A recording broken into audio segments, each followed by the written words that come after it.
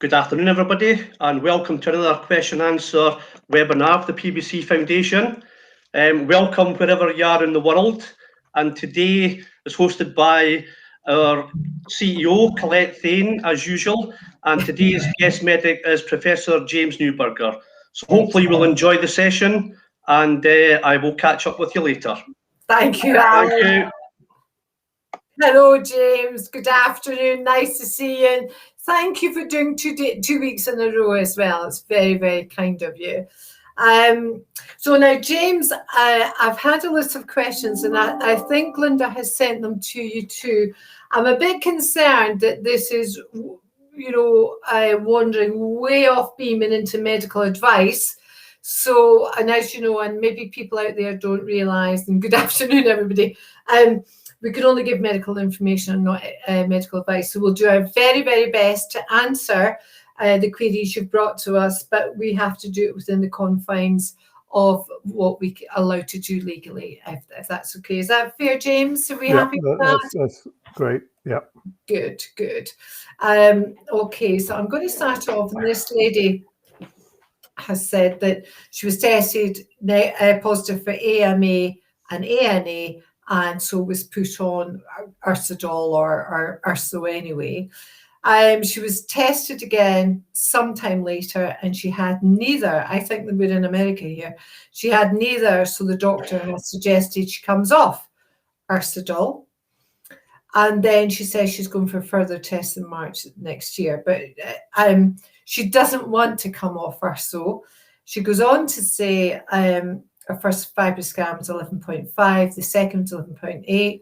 This was diagnosed in 2019. She's been a healthy eater, vegetables, etc. She doesn't drink. So she says, I wonder if they have anything to do with my liver, the FibroScan. Well, it would, because it disappeared when I began Urso. So really, she's had the AMA, the ANA, she's had this FibroScan, and her ALP 120, 130, ASAT 44, GGT, I think it says 18, and bilirubin 4. But so I think what she's saying, so she's had all of this, and she was put on Urso. Sometime later, she's had more tests, and she doesn't have these.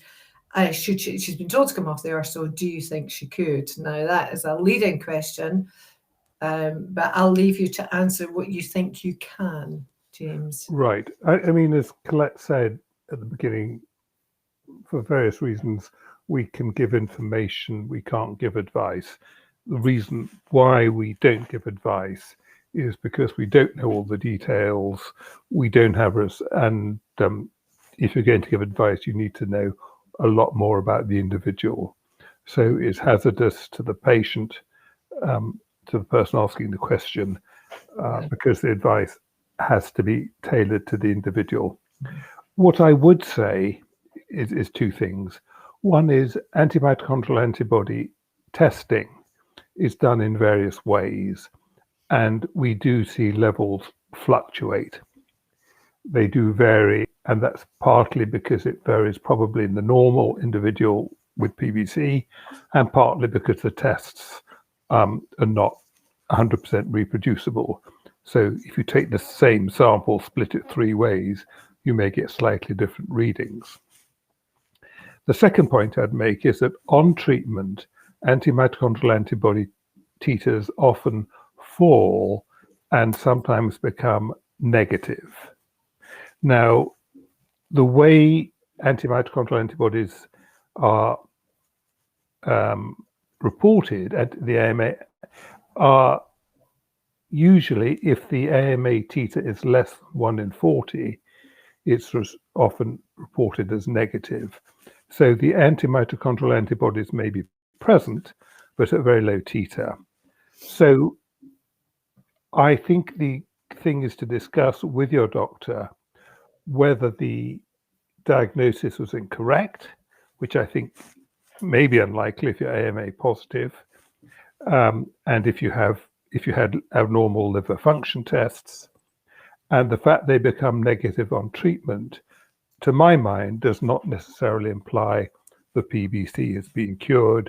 It merely shows that the URSO is being effective, although, again, the response to URSO is not judged by the antimitochondrial antibody, it's judged by the liver tests, and particularly the alkaline phosphatase.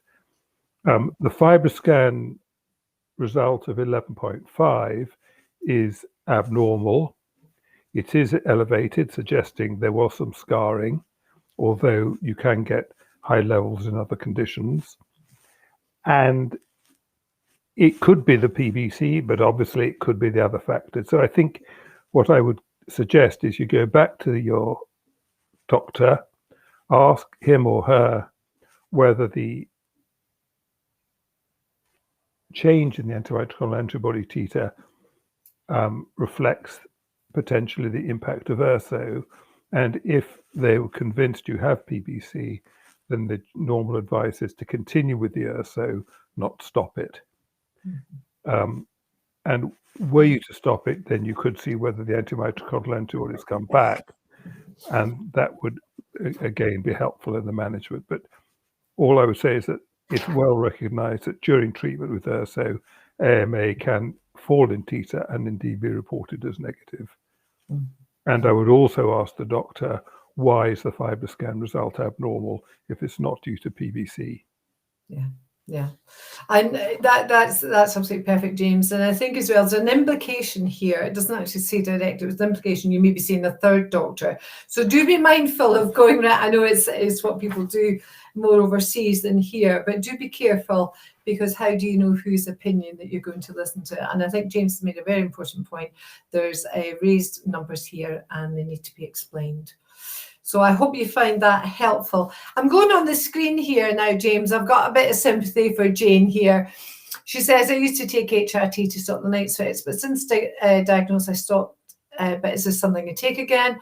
And she goes on to say, we'll cover it all because it's all Jane. When GPs give out a medication for different uses, do we need confirmation from the consultant?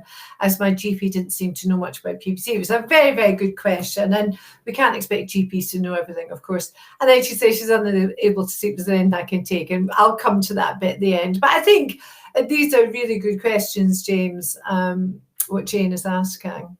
Right. I mean, with HRT in general, whether or not you've got PBC, as always, there are risks and their benefits.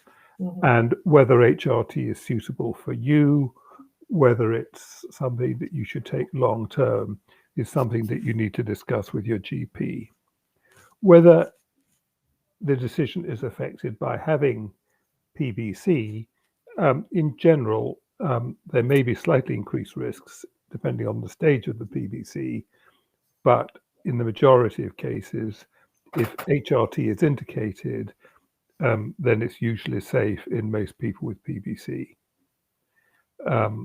So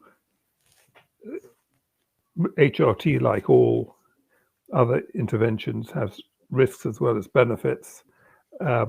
So see if HRT is right for you, if a prolonged course is appropriate for you, and if the PBC is at a relatively early stage, it's usually not a problem.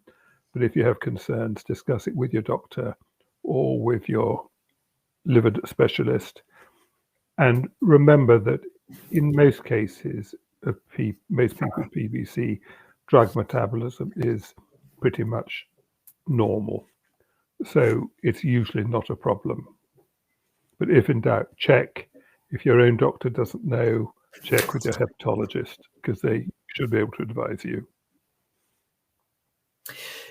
Okay, that's perfectly reasonable, because it does help lots of women. And what I have heard from many people is that the patches can be better than the tablets as well. But again, check where you are with your PBC. So Jane goes on to ask now, and this, I really do think it's a good question, when GPs give out medication for different things, and one assumes nothing to do with PBC, do we need confirmation from a consultant? So what would you be expected to be asked as a PBC specialist from a GP? And the GP, obviously, and let's not slam the GPs for not know much about PBC. The good thing is they know where to get information, and that, I think that's fair enough. Yeah, there was a very good phrase that chap called Neil McIntyre, who was professor of liver medicine at the Royal Free, followed the great Sheila Sherlock. No. And one of his great aphorisms was, it's not the ignorant doctor who's dangerous, it's the lazy doctor.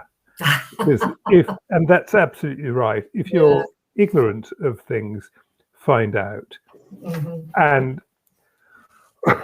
as I say, prescribing in liver disease is usually not a problem in PBC, but there are some do's and don'ts, and that depends very much on the stage of PBC.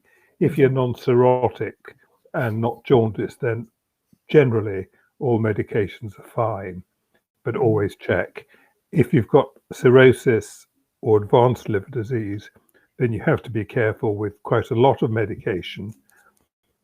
You may need to adjust the dose or the frequency, but if in doubt, check with your specialist. Send them an email is probably the easiest. Then there's a record of what you've written, but in general, prescribing isn't a problem for those with early PBC, and for those with later, with any other form of cirrhosis, then you have to be careful with some drugs. But I don't think the GP needs to check every time they prescribe anything. Yeah. No, it's a very good question, and it's great that GPs do go to this effort. She goes on to say she's unable to sleep. Is anything I can take? But I don't know why it is you can't sleep. I'm assuming it's the night sweats. Night sweats are awful, but there are lots and lots of things. I suggest you maybe Google this, but other than go straight to medication, I mean, have a chat with your doctor about HRT patches because they are helpful. And I think what James is saying, early PBC is not reason not to take it, but there are other risks and your doctor needs to chat them through.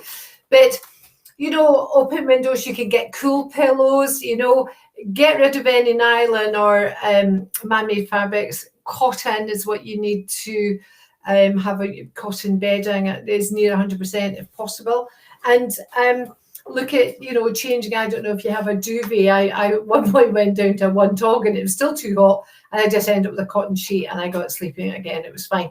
So, try and change things for yourself. Try things out. And of course, keep things out your bedroom an hour before bed, iPads, phones and all these sorts of things.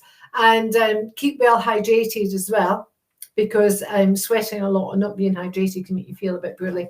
And maybe keep a book next to the bed. And if all else fails, get up and, read for a few minutes and try again. But if you're really hot like that, investigate what's available. There's a lot more now than there was years ago, I can assure you. But a cool pillow is ace. It's good. So thank you for that, James. So we've got another one here who's basically, they're asking their mother, she has PBC and autoimmune hepatitis.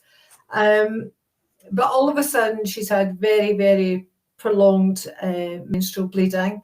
And it says today after the test and ultrasound, both our blood platelets and liver enzymes are normal. Nothing suspicious was found in the ovaries and bladder with the ultrasound. Can PBC and autoimmune hepatitis cause heavy and prolonged bleeding during menstruation? Or could it be a side effect of the corona vaccine? Well, that's something that I don't think we would know. But they're asking, is it basically a side effect? Has it got anything to do with PBC and or autoimmune hepatitis? Not directly. I mean, there was a study many years ago now showing that people with PBC had a much greater risk of having a hysterectomy. This was about 30 years ago. There was no clear reason why. It wasn't for malignancy or anything like that. And whether that was a sign of heavy bleeding, it's possible. I've not seen that refuted or indeed repeated. And it's always struck me, it's stuck in my memory as an observation, which may or may not be significant. People with liver disease, again, depending on the stage of liver disease, their hormones are often slightly abnormal, partly because the liver metabolizes the hormones. And so if there's effect of, if the liver condition affects the metabolism, you'll get changes. And secondly, the liver produces albumin and other proteins that carry the hormones around in the blood. And if they carried if the hormone is connected to albumin, then it's inactive while it's being transported. So drugs may be more or less active in liver disease. So it's possible that hormonal changes affect bleeding. If the platelets are low or the clotting is abnormal, again, you may get heavier bleeding for that reason. But is there a direct correlation? As far as I know, not. And if you have heavy bleeding, then I would follow the standard pathway for investigation and management. But take heavy bleeding seriously, take irregular bleeding seriously, take instant bleeding between periods or postmenopausal bleeding. Always take those things seriously and discuss it with your doctor. And don't blame everything on the PBC. Okay. 10 months ago, 10 months post full liver transplant, I'm very upset all the time, but I'm being told this is normal. Is this correct? It's common for people to go through heightened anxiety, heightened depression, or deeper depression, whichever way, post-transplant. I think it's very understandable. Before the transplant, you're ill, you're worried, you go on the list where life is on hold, you're waiting for that phone call, you're not sure when it'll come, if it'll come in time, you can't go out properly, you can't relax properly, you're always waiting for that call.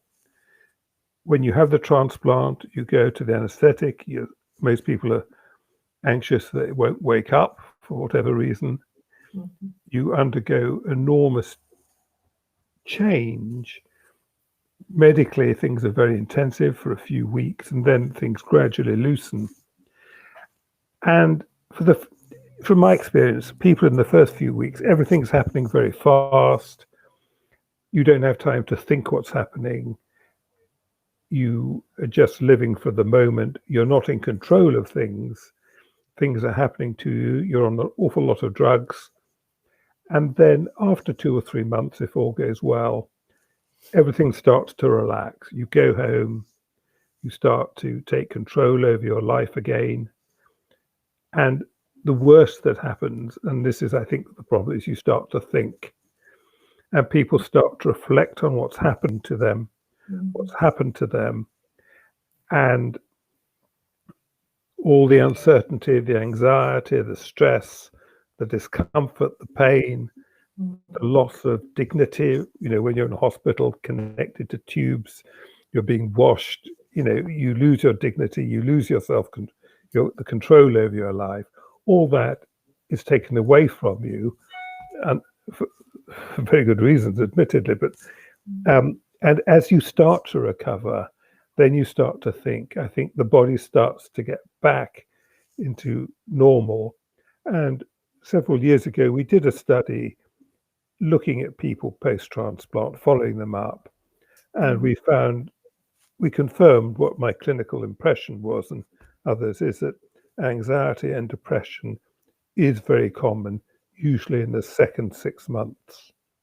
Right. Sometimes it's severe enough to warrant treatment with antidepressants, and people regard depression as something they can snap out of, which is just plain daft. And just as you might have antibiotics for an infection or pin and plate for a broken bone, having antidepressants, if you are depressed significantly, is the right thing. It does tide you over. It won't make the depression go away quicker, usually, but it tides you over, helps you function. But depression, anxiety, insomnia, hallucinations, bad dreams, All those are very common. And one of the final things I'd say is that most people who've had a transplant are liars. And I'll explain that before you all start writing in and sending me poison emails. And perhaps those who've had a transplant will understand this. When you meet other transplant recipients, maybe in the clinic or at the PBC Foundation seminars, or whatever, people say, "How are you?" And you'll say, "I'm fine," knowing that you're not fine. But you're not going to tell somebody who's had a transplant, "I feel shit." Maybe because you're better brought up than I am, but you're not going to tell the truth. Yeah, sure. And therefore, that person goes away thinking, "I'm feeling shit," and they tell me that they didn't or they're not. What's wrong with me?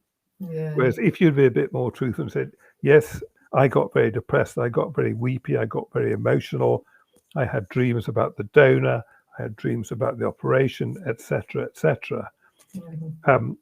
That I hear this as in clinic because people quite rightly assume what they tell me is confidential, and I ask for it. So anxiety, depression is common, particularly in the second 6 months after the transplant. It usually goes away on its own, but sometimes it needs a bit of help to tide you over and get life back on track, so you and your family and your friends get the benefit of the transplant. Well, where can this lady go for help apart from her GP? Does she still have access to the transplant coordinators, or there's somebody at the hospital who would understand that she can speak with? Do they have a service? I mean, I don't know about this. Do they have a service for post-transplantees for this kind of thing? I mean, I think certainly in Birmingham, and I think in all the UK transplant units, there are recipient coordinators, there are doctors, and talk to them. Yeah. And if you tell your doctor you're depressed, they need to take it seriously to see if therapy is needed, and whether it's talking therapy, whether it's medical treatment. But do mention it. It's not a sign of weakness, it's a sign of strength. Mention absolutely. Okay, thank you for that. Somebody's coming in from the Netherlands. Hello, Henrietta. Hello, it's nice of you to join us. Thank you for that, James. That was, I think a lot of people have got something out of the answer to that question, and thank you to the lady for asking. So somebody's saying you had a recent Facebook post about ANA, the anti-nuclear antibody. I'm wondering if you can give me an insight into what it actually means. Heart teacher is 1280, pattern nuclear membrane. I've recently been diagnosed with PBC and I'm positive AMA and negative smooth muscle antibody. So the ANA is a bit of a mystery to a lot of people. I don't know much about it, but I know you will, James. I know a little bit. Anti-nuclear now, an antibody is a protein made by the body's lymphocytes, the immune cells, that recognizes another protein, which we call an antigen.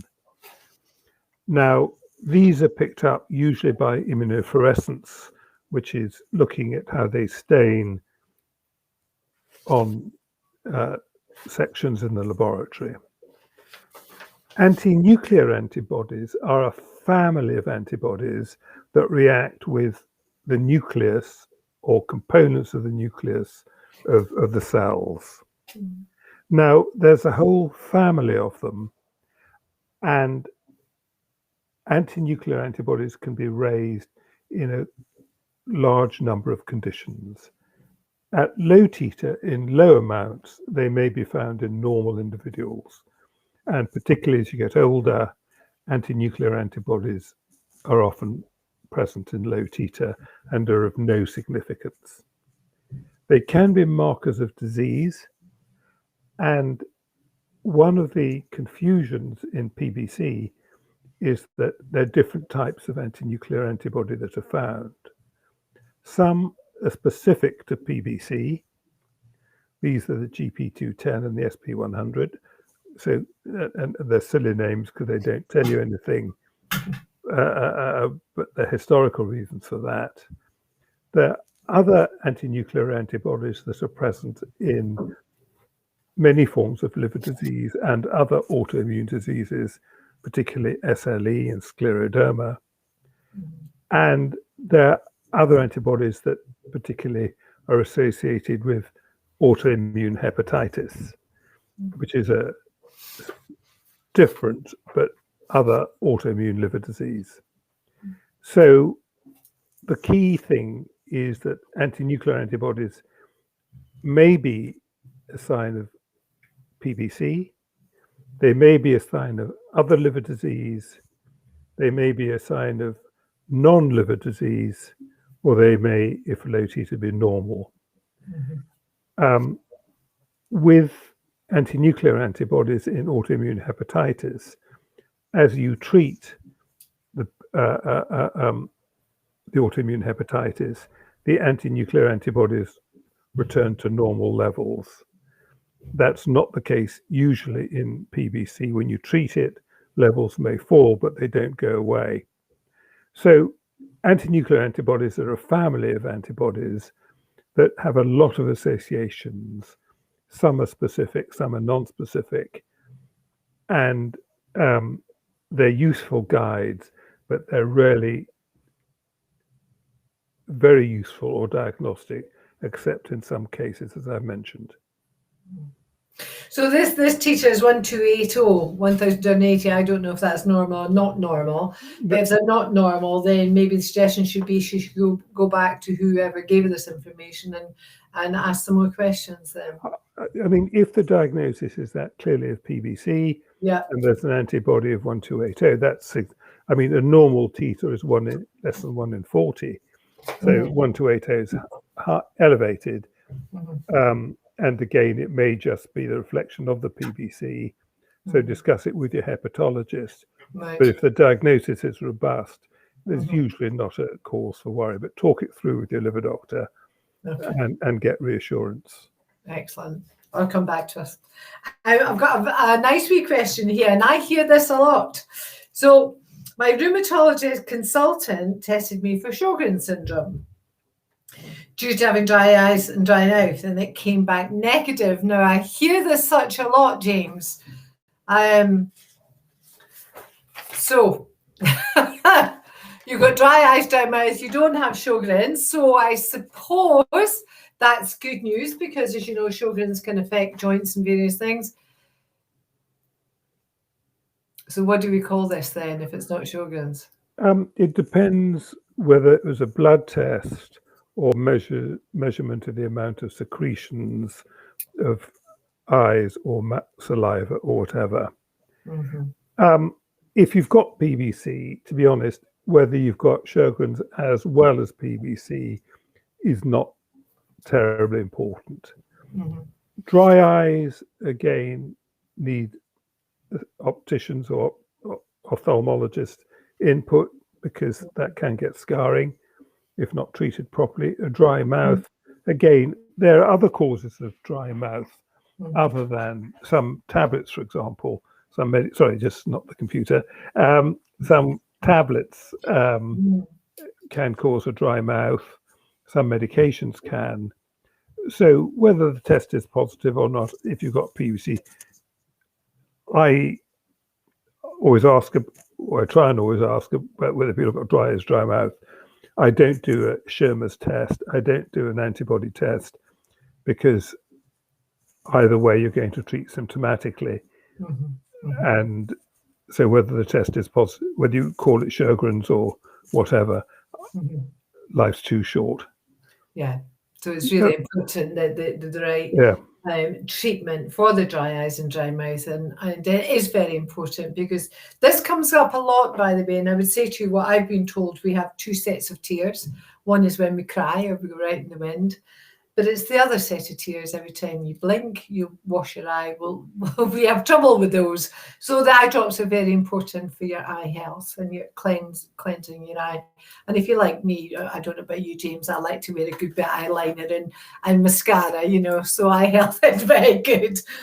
And with your mouth as well, keeping it as moist as you can, with various things your dentist or your doctor can prescribe for you. But we've just spoken about this before. Be very, very careful of chemical-based mouthwashes, things like Corsidol, etc. I'm sure they won't sue me, but these things are not particularly good for your mouth. And if you want to clean your mouth, you feel it's not as clean as it might be, warm, salty water is the way forward. But there's lots of things that you can take for both of these symptoms. But I would go on to say, I was at a meeting with James on Saturday. I don't know if you were there at the point that Dr. George Mells, James, had said that on these 2 o'clock sessions, we get asked quite a lot of rheumatology type questions, like dry eyes, dry mouth, aches and pains and various things. So he suggested that we invite a rheumatologist on for one of our 2 o'clock Thursday sessions to maybe give a bit more of an explanation, or maybe give more updated information on treatments, etc. So I did say to George, I didn't happen to know a rheumatologist off the top of my head. He's going to find me one. So I think that's good for the future, James, over the next few weeks, if we can get a rheumatologist. Yeah. Who, and particularly in the latest treatments, because we're all a bit trial and error at the moment.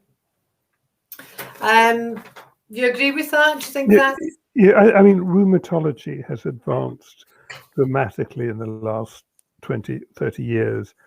I remember as a student, and a lot of, the very elderly like Collette will remember people with those very severe rheumatoid hands that were really quite not only painful but deformed to stop you picking up things using pens, knives, forks, etc.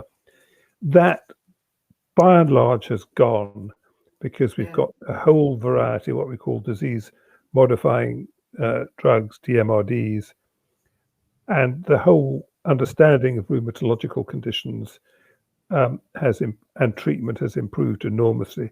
There's still huge areas we don't understand. Osteoarthritis is, again, not just wear and tear. It's an interesting condition that fluctuates. So I think a rheumatology update would be very informative. Very useful. So we're on it, folks. We're on it. Right. So if a person's taking rifampicin, sertraline and gabapentin for the itch, does that person stop the medication if they enter any study on the itch that may become available sometime next year? Well, of course, you'd need to ask the researchers those questions. Rifampicin is said not to be so efficient if stopped and restarted. Is that true? I don't know any evidence that is the case. It may well be. It's not something I've noted. It's not something I've seen written. In general, it's not a good idea to take the drugs. With respect to the trials, different trials have different rules, and eligibility may, and I think some things will depend on the drug being tested, because rifampicin is an enzyme inducer, and it affects the metabolism of some drugs, and that can be very important.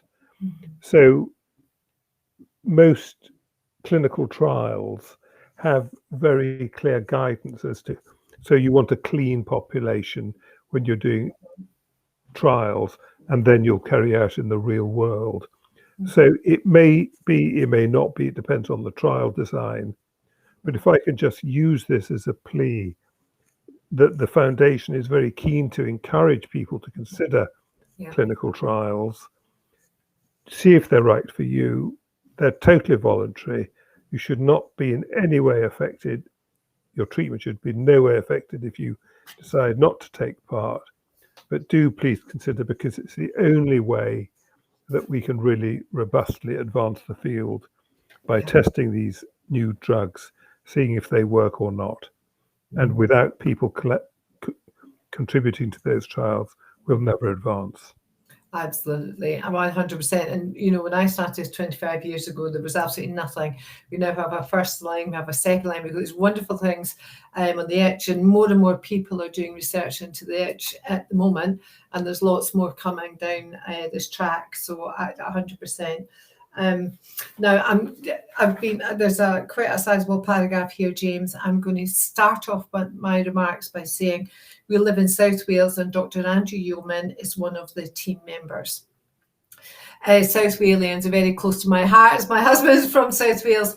Dr. Andrew Yeoman is one of the finest, if not the finest, hepatologist in Wales, and I'm delighted to hear that he's on your mother's team of care. Now, this person is basically asking about the bad confusion that his mother has. She's only been diagnosed a year or two ago. They say they've charted the demise from NAFL to PBC. Well, I'm not sure how helpful that is, because everybody has their own path. They knew nothing about the disease, but now she clearly is in some difficulty. She's confused, her personality has changed, etc., etc. And then the parent would be deciding people about the right. So they've given her increased and decreased various medications.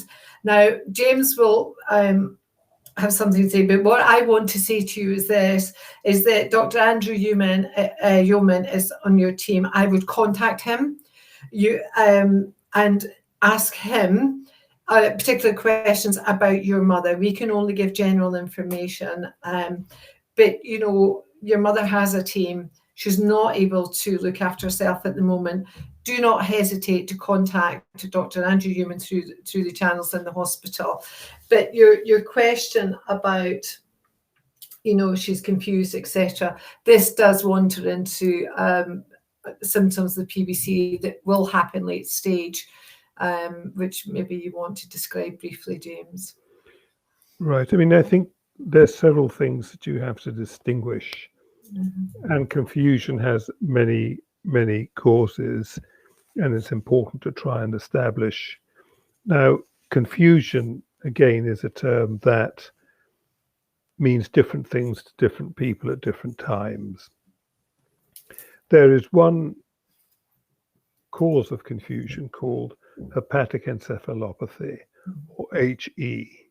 Now, this is not unique to PBC. It's found usually in advanced liver disease from any cause. It's found in other situations, and it occurs when toxins that are normally from the bowel and removed by the liver bypass the liver, get into the circulation, and disrupt the functioning of the brain. And you can make a diagnosis of hepatic encephalopathy by certain clinical features, by doing a brainwave test, an EEG, where you get characteristic changes, and by showing some structural changes in the brain on MR. You can also measure certain things which may point you in that direction. Now, usually with hepatic encephalopathy, it's in the people with advanced disease or those who've had a shunt. It fluctuates. It's associated with sleeping during the day, with some difficulty in writing, and so on. But it very much interacts with other causes of confusion. If it's due to the liver, then there are treatments that may work, including lactulose and a newer drug called rifaximin, an antimicrobial antibiotic. But I think the first thing is to see what is the cause of the confusion. Is it hepatic encephalopathy, or is it one of the many other factors? Always, of course, review the medication, always review other health conditions, and there are many causes of confusion. So it needs to be properly evaluated, identify the cause. If it's due to the liver, yes, there's a well-defined pathway for treatment. But there are many causes, and that needs to be looked at, excluded. Vitamin deficiency, some infections, so some drugs, and so on. So many causes. It needs to be evaluated properly. And what do you feel about this young man contacting Dr. Yeoman? Do you feel that's the right thing to do? I think I'd go, again, without knowing the clinical details, I think go to the GP first. So much depends on the age and state of the person with the confusion, and whether referral and the state of the liver, and whether it's likely to be hepatic encephalopathy or other causes. Again, I think the GP can assess and refer appropriately. I think this is a bit more urgent because there was a paramedic in attendance, so perhaps they've called an ambulance, which is why I'm sorry, I should have said that to you. No, but then make an urgent GP appointment. Okay. And as I say, it may be liver, but there are many other causes. And if there's advanced liver disease, then certainly let Dr. Yeomans know. If it's other causes, talk to the GP first, because that may cut out the delay. Okay, thank you. So we have another message. It's basically a lady was diagnosed in 2019. She's lost 4 stone since diagnosis, although she was very overweight at the point she was diagnosed. She's no idea why she's lost weight, and the consultant says it's vital to keep muscle mass up and to eat, enough protein, but she doesn't know why the weight is coming off. No, and it's important to understand why people lose weight. It varies from not eating enough to not absorbing to breaking down too quickly, and combinations of all those conditions. But undiagnosed, unintended weight loss in somebody needs proper evaluation and investigation. There are many causes.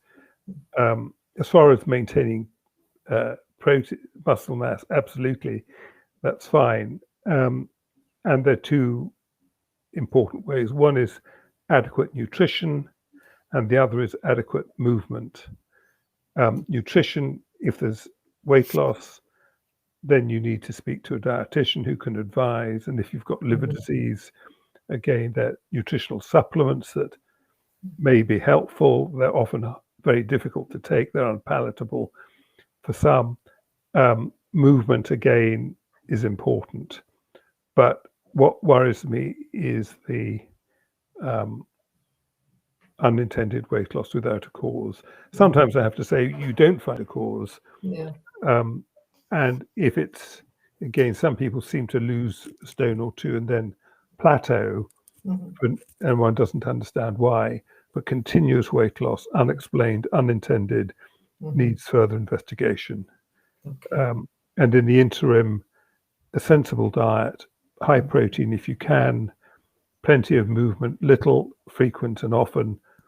Yes, talk to a dietitian if you can, but it needs investigating why you have unintended weight loss. Okay. I've got a wee question here, but I think we probably covered it, but just to be 100%, I don't want anybody going away, I feel, and the question has to be answered. GP put on HRT patches, not tablets, slow absorption into the liver. Is this okay? Again, it depends.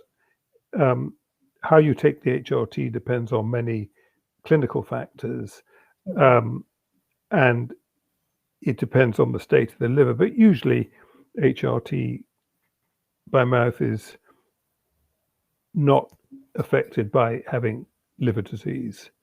But again, if in doubt, talk through your own doctor about why you're having HRT, why they want you to have oral rather than patches.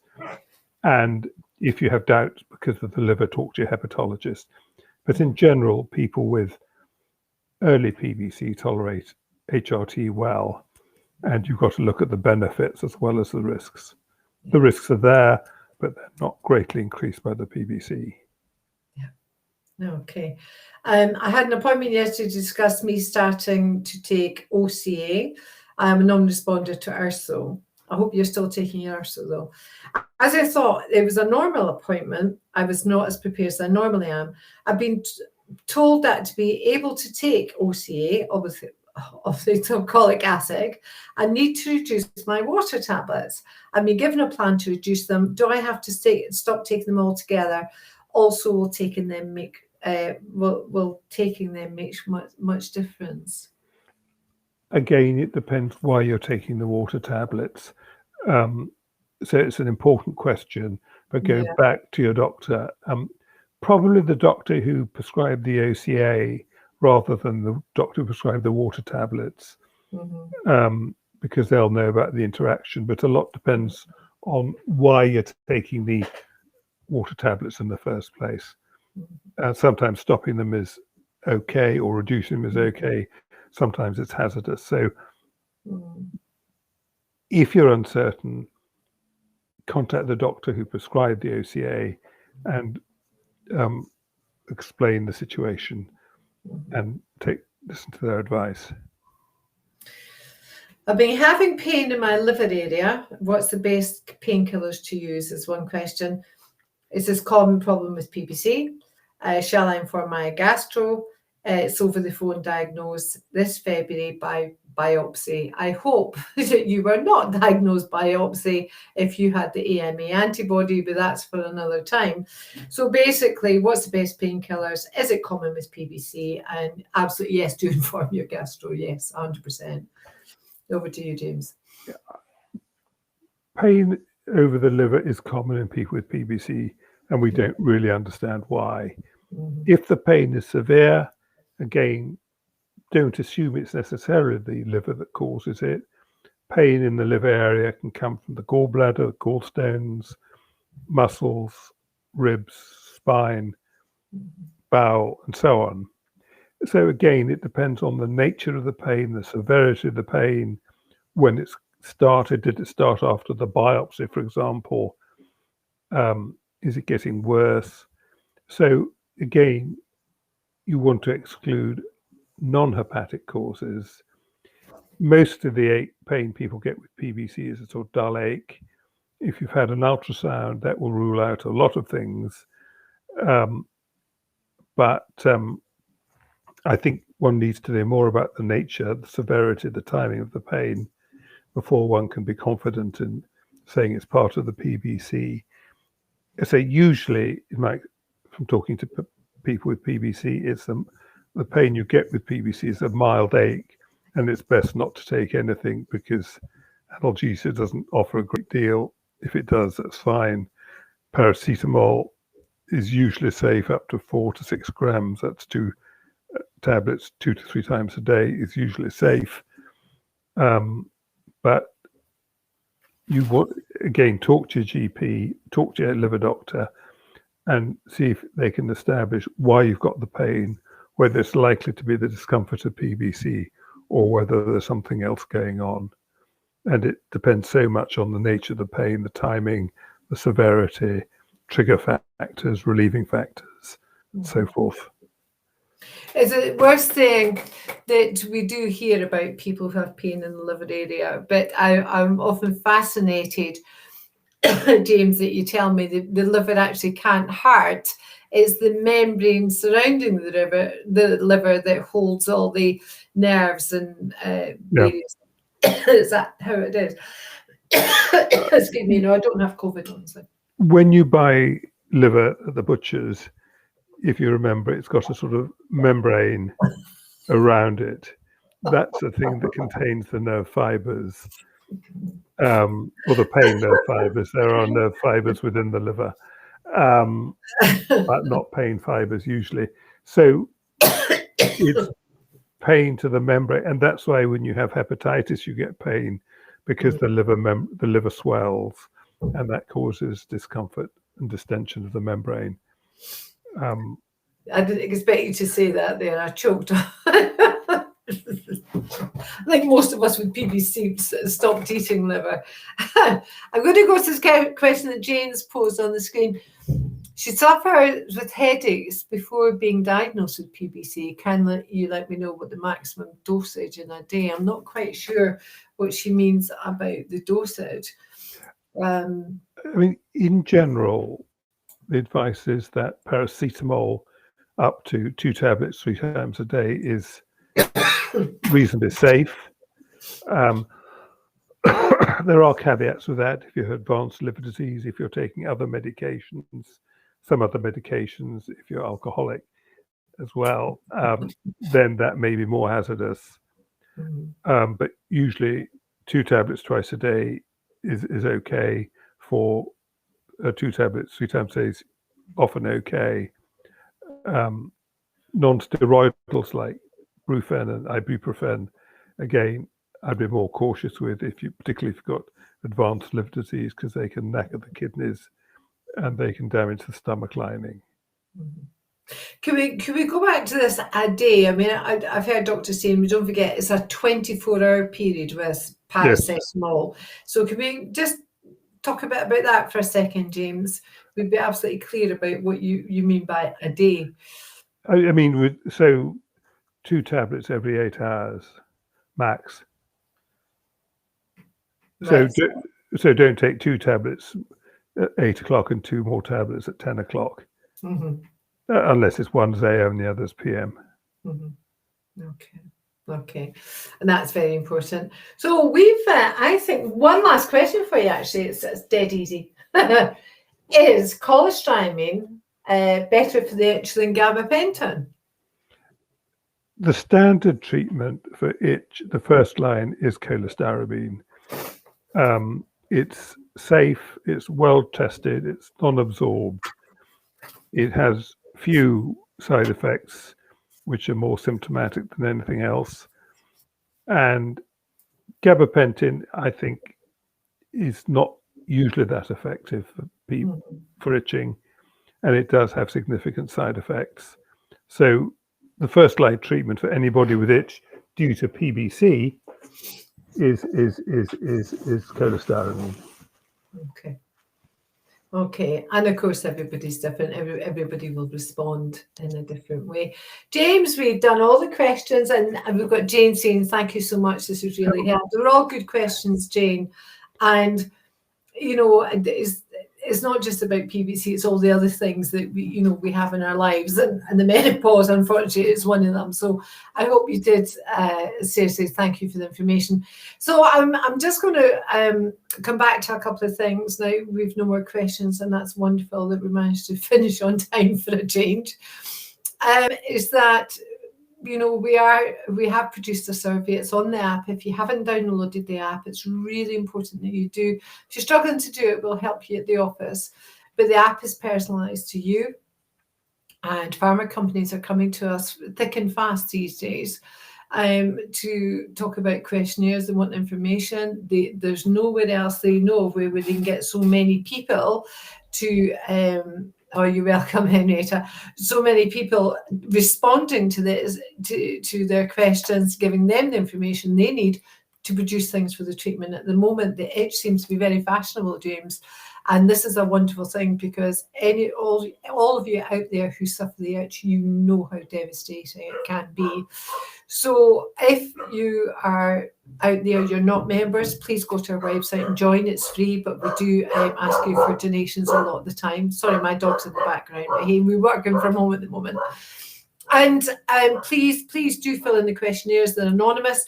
Nobody's going to know who you are. And also use the app for your own well-being. All the information that we give you, and it is the latest information. David Jones tells me, James, that sometimes he gets to know things through us before he gets to know things from any other source. So please do use the app and use it to service you and to help you when you go to the hospital or you speak with your consultant. If you're doing it on the phone, you've got the information there on hand when they ask you, how much have you itched or this, that, and the other, you've got it there. And I would also say that Just One Chance Foundation, amazing, and should be shouted about everywhere. Well, thank you for that, Sarah. I would also go on to say to you, we have doctors, we've been doing this since lockdown. The 23rd of March was lockdown last year. How could I forget it? How can you forget it? And we've been doing these sessions almost every Thursday, and doctors very, very, very kindly come in and answer lots and lots and lots of questions.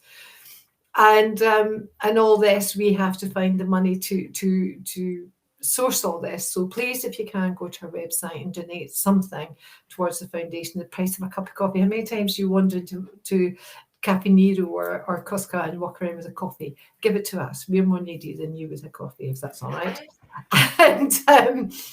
And going back to what we discussed with George Mills and what James is endorsing, basically about having speciality sessions with the likes of a rheumatologist.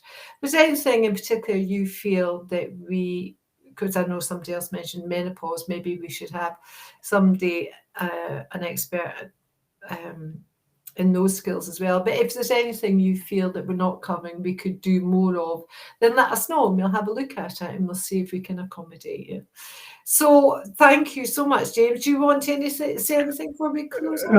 Just two things. Yeah. One is with respect to this itch survey, even if you've got no itching, please complete it, because we need to know the views of everybody with PBC, not just those who've got itching at this time. So whether you've got no itch because you've got no itch or because you're on effective treatment, please do fill in the questionnaire, because the more responses we have, the better it will be. Absolutely, that's right. We want to know. I mean, it is an odd thing. Some people don't itch, some people itch a bit, some are treated successfully, and some people, hopefully not so many, there just seems very little to help. And if it's a quality of life issue, then transplant is looked at. And it's a puzzle, James, isn't it? And the other thing that I want to say is there's been a little bit of discussion going around a group of hepatologists in the UK, France, Italy, America, Australia, as particularly in the transplant patients and COVID. Please do take up the vaccine if it's offered to you. The fact you've got PBC means you are more susceptible to COVID, not less. There's no reason to think that you are less likely to suffer the impact of COVID. It is likely to be more severe, not less severe if you've got PBC. The vaccine, yes, has side effects, but they're far fewer than if you have COVID. People are still reluctant for all sorts of reasons, most of them completely fallacious, misunderstood, misrepresented. Yes, the vaccine has side effects, but for example, the risks of clots from vaccine is very small. The risks of clots from COVID is very high. It's a no-brainer. So please do avail yourself. And remember, there are many people around the world who'd love to have the vaccine who can't. And if you're offered it, take it. And we've heard only yesterday, I think, people who are vaccinated are several times less likely to get long COVID than those who are not vaccinated. So everything to play for. And even in the States, they're now thinking some centers, we're not going to list people who don't have the vaccine, because if they're not prepared to look after themselves, why should we allocate a liver and deny somebody else a transplant? So please do avail yourself of the vaccine if you're offered it. Okay, on a lighter note, the vaccine, my 16-year-old granddaughter Honor phoned me to tell me last week she had the vaccine. And I said, I didn't know you were being offered, and asked, how do you feel about it? She says, well, my grandparents are quite old. I said, don't start. Your granny Collie is not old. Cheers. One last little lovely message here from Carmarthenshire in South Wales. Hello, Chrissy. My first live watch, newly diagnosed with PBC, and I'm a student nurse, so very informative, thank you. You would always hear my number's on the answer machine if you want to speak, and you've got good care down there with Dr. Yeoman, I can tell you. But anything you need, let us know. But yeah, your point is very valid, and my granddaughter does not have elderly grandparents, that's for sure. Well, on the other side, and by being vaccinated, you do protect people from other people. It's not only yourself is being protected, but you're going to reduce the risk of spreading it to others. Yeah.